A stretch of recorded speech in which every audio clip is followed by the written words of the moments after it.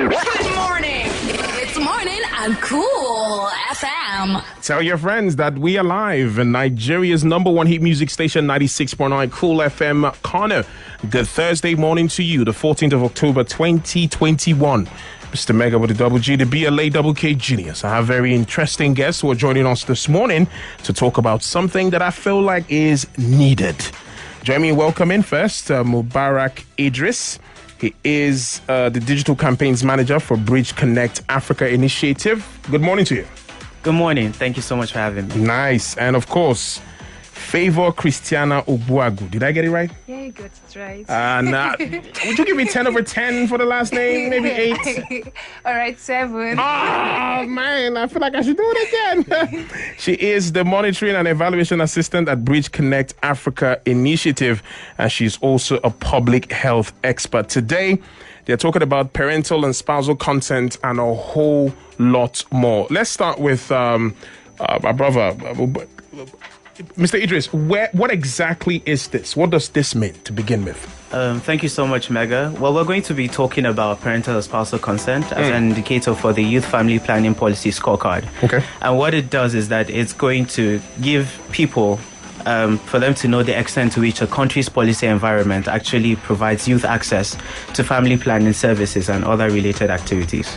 So what we're going to be talking about is how we have a draft for the National Policy on Adolescent and Health of Young People, which is just a draft now, but there's no policy that exists that allows third parties to actually give consent for people below the age of 18 to access these services. Okay. Yes. So what steps have been taken so far in addressing this? Well, first of all, there's actually a draft for the national policy, which is from 2020 to 2024, and has been sat on. And then when you see, there's actually a provision that ensures that from 14 years of age, young people can actually receive ambulatory and non-surgical contraceptive services. They can receive counseling, and they can also go for treatment. And one thing we have realized is that young people do not really go to all these counseling centers to actually go and receive this information. So that is why we are highlighting the importance of parental consent. We are telling people that, parents need to actually settle down and actually have the sex talk with their kids, because it's very important that they receive constructive information. Yes, instead of just receiving it anywhere. Being a health expert, Favour, how much of a problem is this? Actually, this is like a big problem. Like, it's a big problem in the sense that coming from a country like Nigeria, I'm not trying to be stereotypic in the sense that because Nigeria is an African country, compared to the whites, from 14 years, it's expected that you're informed about some services. Like, you're being informed about your reproductive health, your sexual health. So, and if you're taking a decision, it's based on your responsibility, not anyone's responsibility. But now in a country like Nigeria, we have parents whereby are being protective of their kids accessing such information, feeling that their kids are being corrupted. So which do they prefer? Do they want services from the school teachers or the school students or from the health experts? So that's why we're here, to ensure that, to make people aware that parental consent and spousal consent to those who are married less than 18, because sometimes a lady will want to access these services and with the fear of her husband being known, like being aware of these services, she will like, I can't do anything because he's the man. So I just need to be conscious about my own life, because women go through a lot of things, getting pregnant, one, and giving birth, and also the economic status too is involved. So, and some men don't care to understand that my wife is going through such, it's just, let me just get her pregnant. They just want to be like, sometimes like say, not like they're being ignorant, they just not want to pay attention to that aspect. So they just want to like, I know that I'm fruitful, so she has to bring forth. But it's only the woman that is always having that mindset that my husband is giving birth to this, like, how are we going to cater for this kid? So sometimes when women take this decision without their husband not being aware of these services. So that's why we're here to talk about the parental and spousal consent in assessing contraceptives. Anyways, I like the passion, because I mean we constantly see conversations that surround this particular topic, and if there's one concern I know, it is always about religious beliefs. In some type of way, it always comes up in the conversation. So I want to know, from what angle are you guys looking at approaching that to ensure that that is not going to be a stumbling block? Okay, thank you so much. So I like to start with a famous quote that east to west, abstinence is the best when it comes to, accessing contraceptive services and everything. But we need to ask ourselves, people in Kano, a 14-year-old in Kano is different from a 14-year-old in Edo State or Lagos State, right? So what a policy does is that it ensures that every young person at that particular age is seen. So what we're doing is that, okay, if you're in Lagos State and you're 14 and you have access to this information, how would you do it, right? Most of us actually knew about contraceptive services and sex even before the age of 18, right? So it's important that how do we receive these services? So if you're from a conservative environment, how do you want to get it? It is not bad in Islam to actually have the sex talk. It's important for you to get it in a well-learned way. I used to say that the reason why a lot of young people fall victim to sexual predators is because they don't know any better, right? So it's important that we are actually calling on religious clerics to actually talk about it, because we realize that even at homes, even in schools, when you're actually talking about sex, is something that people feel like, okay, what are you talking about? Don't talk about it. It's more like a taboo in some homes. But imagine we normalize these conversations. Imagine if I can walk up to my parents and tell them that, okay, this is what I saw. What should I do about it? Imagine the first time I saw something sexually related, I actually went to meet my mom and then I told her that, okay, I have seen this. What do you think about it? And then she gives me an informed decision, an informed conversation about it. But then when you go to meet young people, every young person wants to know, right? Every young person is just out there to say, okay, this is how it is, that is how it is, and then we just want to keep exploring. But imagine that we had a guide, we had a map, and that is what this policy is bringing about, and that's why we have an indicator. So when you have a policy that states that young people can actually access these services, and when you have centers that are actually youth-friendly too, which is something we'll talk about subsequently, you would see that young people will not be scared to have these conversations. And then I would also like to say the health workers too need to do better, right? Because when you go to these places, some of the health workers are not really approachable. Yes. And that is why a lot of young people do not even want to go. When you know that you're going to get rebuked or you become the talk of the town because you're asking questions that have to do with your body, which should be normalized, then it becomes an issue. Okay. Now, it's like I was going through your portfolio, Mubarak, and I realized that you are a graduate of computer science. Yes. And I'm thinking to myself, I think I'm just suggesting. Yes. How best are you making use of social media in ensuring that you reach out to the younger generation? Well, thank you so much. I'm so fortunate that as a graduate of computer science, what I do is digital campaigns for basically getting credible information to young people, right? Okay. So what we do is that we have social media campaigns. Right now, even before this program, we actually had a flyer that talks about the 8 scorecard indicators, and we're actually letting young people understand, because this month is actually Breast Cancer Awareness Month. We actually have an article that is out talking about it. So we're making sure that young people through our social media pages actually get this information. Now, if anyone wants to access the scorecard for about 28 countries, they can go to scorecard.prb.org to actually get this, and they would see all the information they need to know about when it comes to full range access to family planning services. They can see what our government stipulates for it and how they can go about it. So what we're doing is that we're actually providing a platform for young people to know about policies that actually concern them. Okay. Favour, this next question goes to you, being a public health personnel. Now, we've seen situations where some parents are not even educated. I mean, he made mention of that. Some parents are not educated enough to actually pass on what you want to pass on to some of the younger generation. I want to know, who are you primarily catering to in this regard? Because there's a need for us to get the older generation to be in line with what we are planning, so that they can also carry the younger generation along. So I want to know, from your line of from your end, who are you approaching first? Okay. We have okay.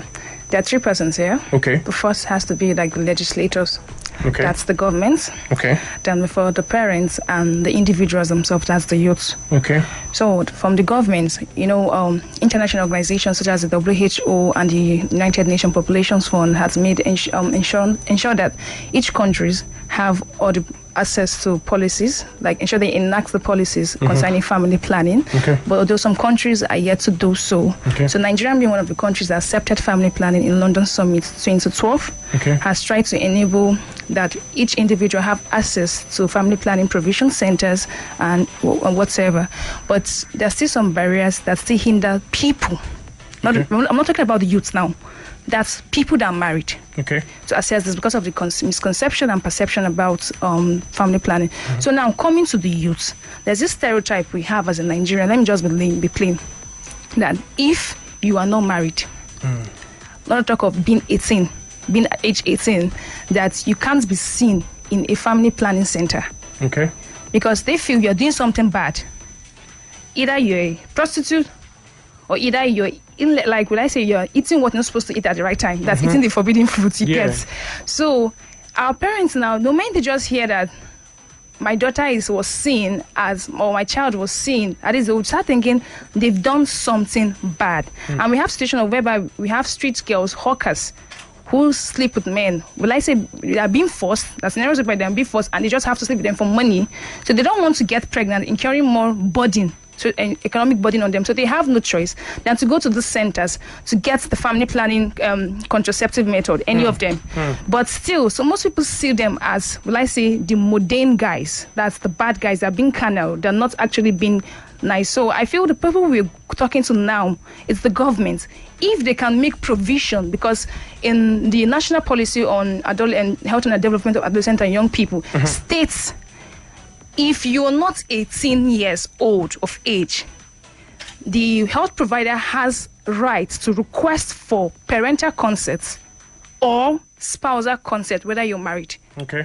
And in Nigeria, we have ladies that are younger than 18, that are less than 18, that are married. And coupled with what I said earlier, that they may be facing issues at home, that the husband is not understanding why they don't want to give birth. He's just feeling like she's just hindering him from achieving his success in terms of having a child or being a president tomorrow. Because they'll tell you, I want to give birth to 5, I want to give birth to 10, I don't know who will become Barack Obama tomorrow. So, some people have such mentality. So they don't know how to go about it. So I feel if the government can actually enact this policy, implement it in the sense that everyone has the right, even the universal right says everyone has right to assess what they want as far as they are informed. So we as an organization, we try to creatively pass this information and to make engage the government so everyone will be informed about this decision they're taking. So if you are going elsewhere, if you're not doing the right thing, it's on you. It's because you're giving the information that as far as you're 14 years old, you can take decisions that is good to you or not. Knowing the benefits and not the and the bad benefits and the bad side from it. You understand? So I feel the government force has a big role to play in this. Okay. And Mr. Mubarak, there are lots of things that will fall on the desk of government. And sometimes it will take donkey years to get some of these things to cross through. Before that happens, I want to know some of the steps being taken, especially at the grassroots level. I want to believe there are some things that can be done as the starting process before we get approval or we get that bill that you talked about, sent into by government. So what is currently being done in that regard? Thank you so much. Just to add to what she has said, what the government stipulates is that there should be age appropriate information for them, right? So the information that a 14-year-old is receiving would be different from the information that an 18-year-old will be receiving. So what we want to do is to ensure that they actually have a structured way of receiving this information, right? So you don't want to bombard a young person with too much information to the point where they don't know what to do and what not to do. You want to let them know that, okay, this is what is going to happen, but then to which level will it happen? Talking about what is happening in the grassroots level, as an organization, what we have done is create an inclusive neighborhood space, right? An inclusive neighborhood space allows young people and their community gatekeepers to have constructive conversations, right? If something is happening or if there's an issue. As you all know, in every single ward in Kano State or local government, we have the Hisba officials. And most of them cannot actually prosecute when it comes to cases of rape. Most of the cases are reported to them. But a lot of people do not know that they're meant to report it to the police because it's only the police that can actually handle cases like that, right? But then you have them coming to Hisba. Why? Because they understand that they're not going to incur costs. Right? A lot of young people do not actually access some of these services because they are scared of the money that is to be paid. And some of them do not even know that these services are free. So what we have done is that we created an inclusive neighborhood space, right? And then every single person that wants to have this conversation, it's just like you just sit down and on a mat and all and have this conversation. If there's a case of this, of that, and then you address it. But how do you address it? There's this shame in our community that comes with, having sex and all that. But it happens. Why should the shame be on the survivor? So that's what we are trying to do. You shame the person that actually committed this atrocity. And then when it comes to parental and spousal consent, yes, I used to say this thing. You actually have to choose between two options, right? A young person that is sexually active, right? And a young person that is not sexually active, they're two different people. Now, this young person, do you want the person to contract an STI? Do you want this person to have a child that may or may not deter them from their success in life? You need to choose between them and ask yourself, do you want them to have this information or not? Because it's only when you have information that you're empowered. And I used to say this, the difference between both of us is an opportunity, right? So it's important for young people to have these spaces. And that's why it's important to have safe spaces where young people can come out, talk to themselves. And that's why we're here.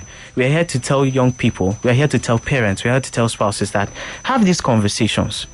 It's very important for you to have it because it's better for your child to have it with you. It's better for your wife to have it with you than to be scared of you. And then what it does is that it creates a divide, right? When a young person starts engaging in something that he feels the parents will not approve of or will not listen to, what it does is that it breaks them apart a bit.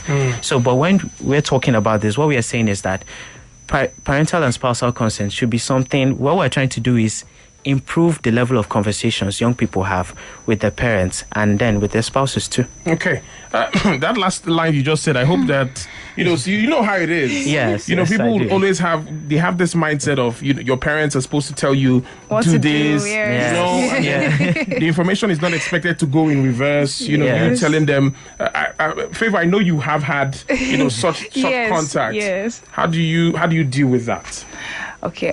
Is it personally from me or from people? Yeah. Let's start with from you, and then let's see some of the cases you've had to deal with. Okay. Growing up, I grew up from like the streets Christian home. My dad is a pastor, so like sex is something that we don't talk about at home, even in movies. Like even see the kissing part of the movie, like banned from the sitting room. Like our eyes would be like, oh, we're closing.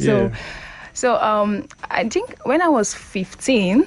So I needed to have a sex talk with my mom, but she wasn't forthcoming at that time. She was always not around. So something happened. A friend of mine got pregnant.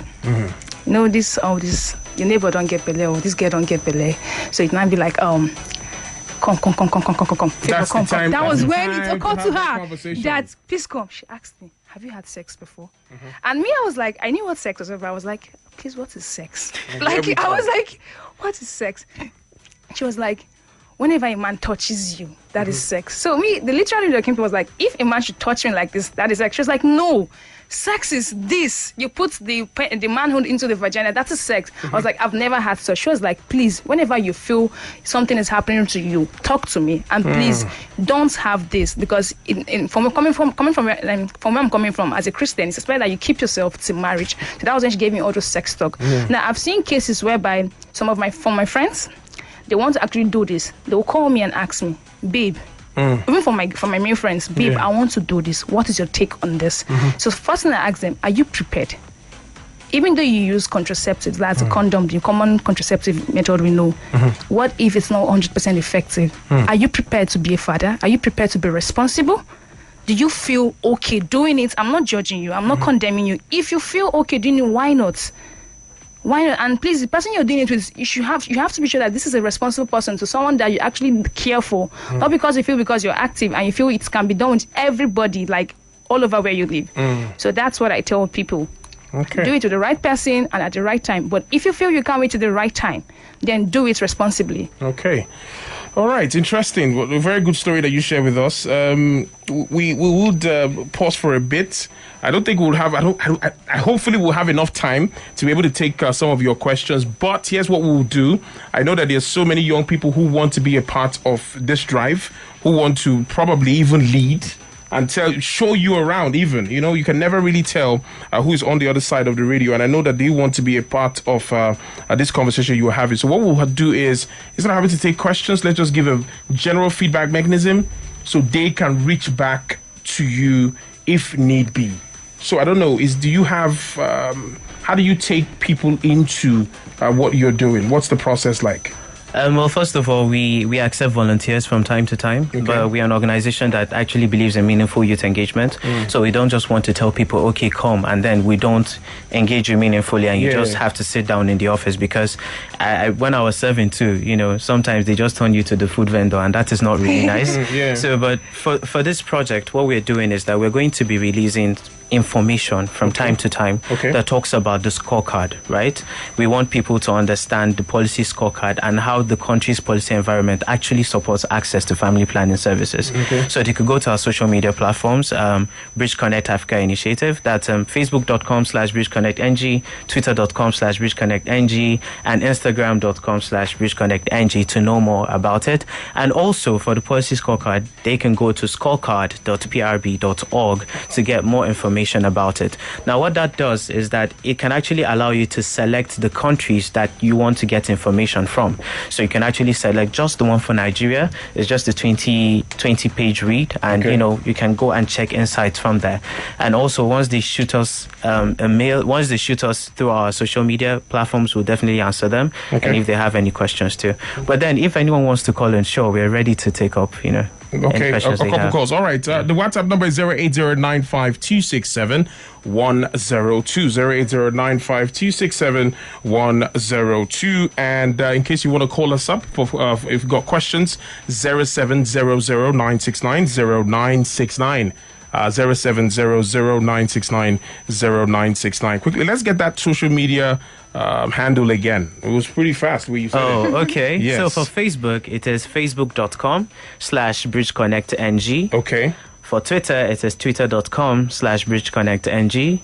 For which one haven't I said? Instagram. It's instagram.com/BridgeConnectNG. BridgeConnect. Okay, you have a phone number attached to that? Yes, we have a phone number. Okay. You can call 090-7433-1769. Oh boy, Mubarak is always in a hurry. 090.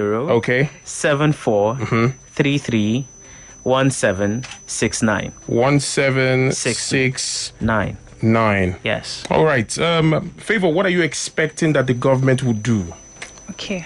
In all honesty, achievable as of right now. We know that it might be too much for them, but there is a basic thing that you're expecting from them. What would that be? The basic thing, just like Mr. Mubarak had said earlier, when you say young persons, we have the early young persons, the middle and the late young persons. That's the early adolescents, middle adolescents, and yet late adolescents. Then with the youth. So now for persons 10 to 13, the education shouldn't be the same with those that are 19 to 24. Okay. It should be different. You don't expect to teach a 13-year-old about sex. Okay. Rather, teach them about preventive measures and protective acts from a rapist. And things they should know. They should have a sense of their modeling, genital modeling, that this is for the female, this is for the male. So they won't be ignorant and start misbehaving tomorrow. Because sometimes when you don't teach a child something, they become curious. Sometimes the curiosity makes them to mislead them to something else. So now for the 15, 16, 17, we're having this libido. Our sex drive is high, like we have high blood. So they want to know more. This is when now the conversation is needed. Like I feel government should now reach out to people, child health workers, if they can actually conduct sessions, training sessions, or interactive sessions with these adolescents. They shouldn't keep them off from this topic, because most nurses, I've seen cases whereby I've been to the hospital with my mom, and a lady came to see a doctor, and he was like, "What are you here for?" It was a nurse that I even saw, not even the doctor that was on the consulting room, was like, "What are you here for?" She was like, "My friend, will you get out?" Because they feel like you don't have a ring to put on. She was a Christian, she's a Christian. You don't have a ring to put on, and so why are you here?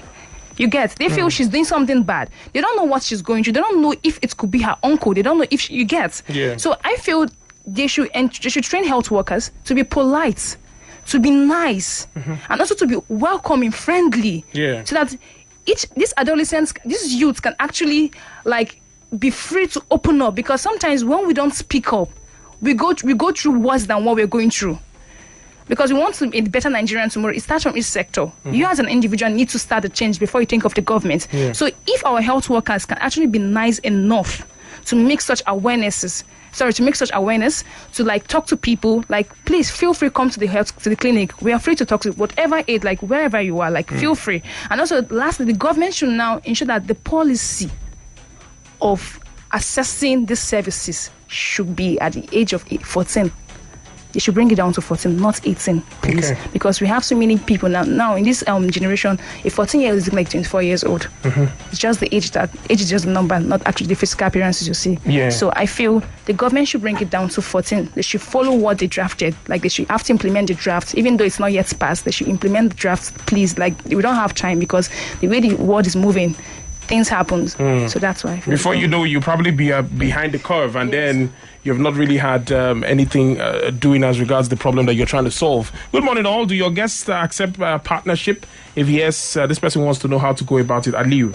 Oh, yes, we accept partnership. What they can do is just send an email to us at info@bridgeconnectafrica.org, and we'll definitely answer them. And speaking about partnership, we're actually looking for young female volunteers that are ready to join us, especially in our communications.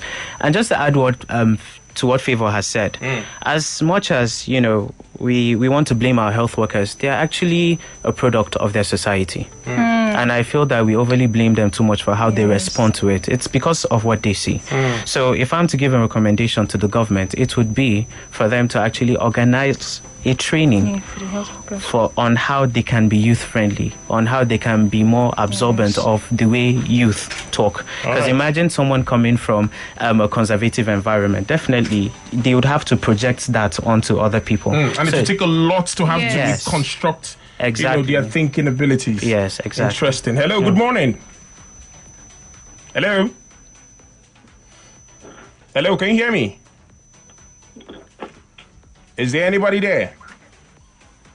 Oh, okay. Anyways, let's wrap up the conversation. It's been really... I'm hoping that this gets to, create a shift, because it is needed and it has to happen as fast as possible. You can reach out to Bridge Connect to give out their Facebook page, their Twitter handle, and of course how you can get to follow them on Instagram. Wow, it's looking like our phone lines are buzzing. Yes, buzzing, but it's been crazy since morning. There's been an issue with that. Hopefully it gets resolved. Please, for your feedback, you will have to reach out to them. They've given us a phone number that you can check them out on social media, Facebook, Twitter, and of course Instagram. And for the partnership, you mentioned info@bridgeconnectafrica.org. Africa.org. So reach out to them. Mubarak, should I try the phone line still?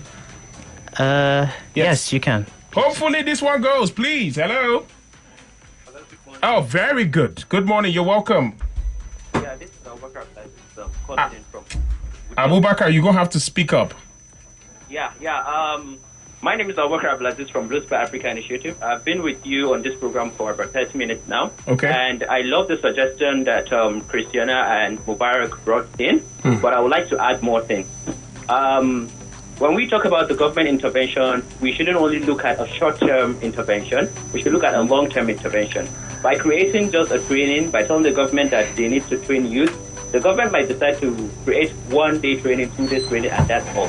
What I think the government should do is to create a sexual education resource center. This center will be on a long-term basis, and it should not only be under the care of the health workers. There should also be non-governmental organizations who are also going to, take control of this centers, because these are the set of the community that are very close to the, to this youth. And yes, the sex education should not only be taught to people who are just 18 years old.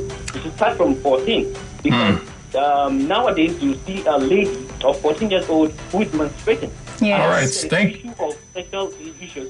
That is when you guys don't. Thank you so much. Sorry, I have to let you go, but you know that they are open. They are open to partnership. Yes. Reach out to all of these fantastic ideas. Reach out to them when we are done, please. Okay. Thank you so much, Abubakar. We appreciate your time. We appreciate that. Hello. Good morning. Good morning. Welcome in. What's your name? Quickly. My name is Harry. I'm calling from Jersey. Your name is. Anyways, let's wrap up the conversation. Do you have a question?